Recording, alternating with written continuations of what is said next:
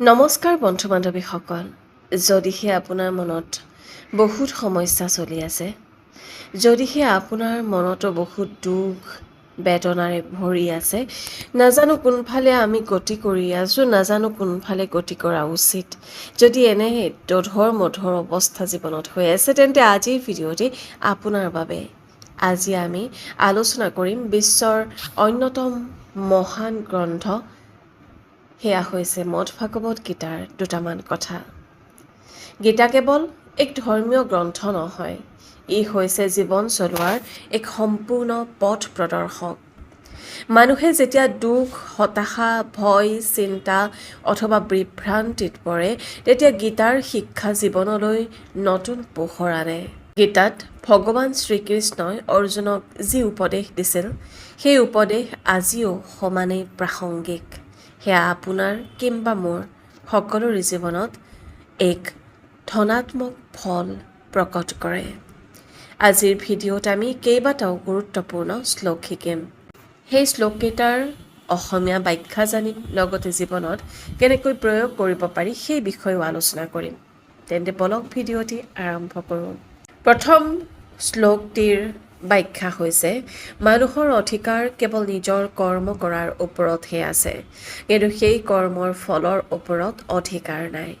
ফলৰ আশাত কাম নকৰিবা আৰু ফলৰ ভয়ত কাম এৰি নিদিবা। ইয়াৰ গভীৰ অৰ্থ এয়াই যে আজিৰ সময়ত আমি সকলো কাম ফলৰ বাবেই কৰোঁ। পৰীক্ষাত ভাল নম্বৰ পাব লাগিব, চাকৰি পাব লাগিব, সফল হ'ব লাগিব, এই চিন্তাই আমাক সদায় মানসিক চাপত ৰাখে। কিন্তু গীতাই শিকায়, তুমি সৎভাৱে নিজৰ কৰ্তব্য কৰি যোৱা, ফলৰ চিন্তা ঈশ্বৰৰ ওপৰত এৰি দিয়া। যদি এজন ছাত্ৰই কেৱল পৰিশ্ৰম কৰে, তেন্তে সফলতা অৱশ্যেই আহিব।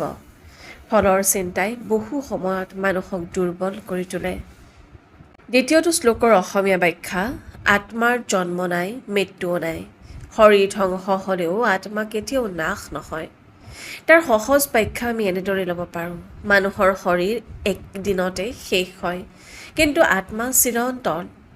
গীতাই আমাক শিকায়, মৃত্যুক ভয় নকৰিবা, জীৱন এক অবিৰত যাত্ৰা। এই শিক্ষা মানুহক সাহস দিয়ে আৰু দুখৰ সময়ত শক্তি দিয়ে।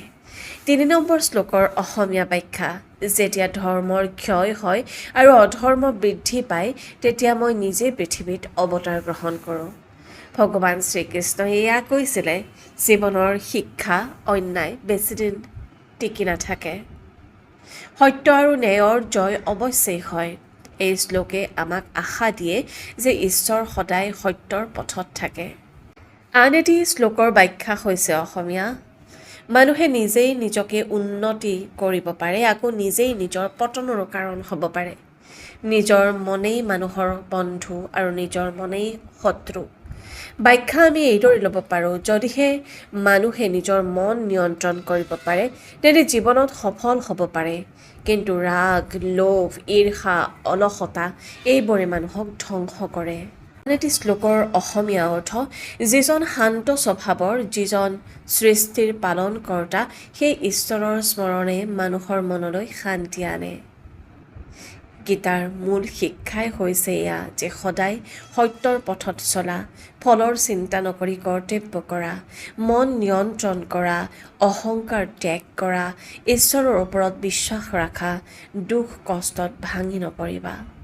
শেষত বন্ধু বান্ধৱীসকল, এটাই আমি কথা শিকিব পাৰোঁ, মদভাগৱত গীতা হৈছে জীৱনৰ এক মহান পথ প্ৰদৰ্শক। ই আমাক শিকায়, জীৱনত যিমানেই সমস্যা আহক, সাহস আৰু ধৈৰ্য হেৰুৱাব নালাগে। যদি আমি গীতাৰ শিক্ষা নিজৰ জীৱনত প্ৰয়োগ কৰিব পাৰোঁ, তেন্তে জীৱন অধিক শান্ত, সফল আৰু সুখী হ'ব। ধন্যবাদ।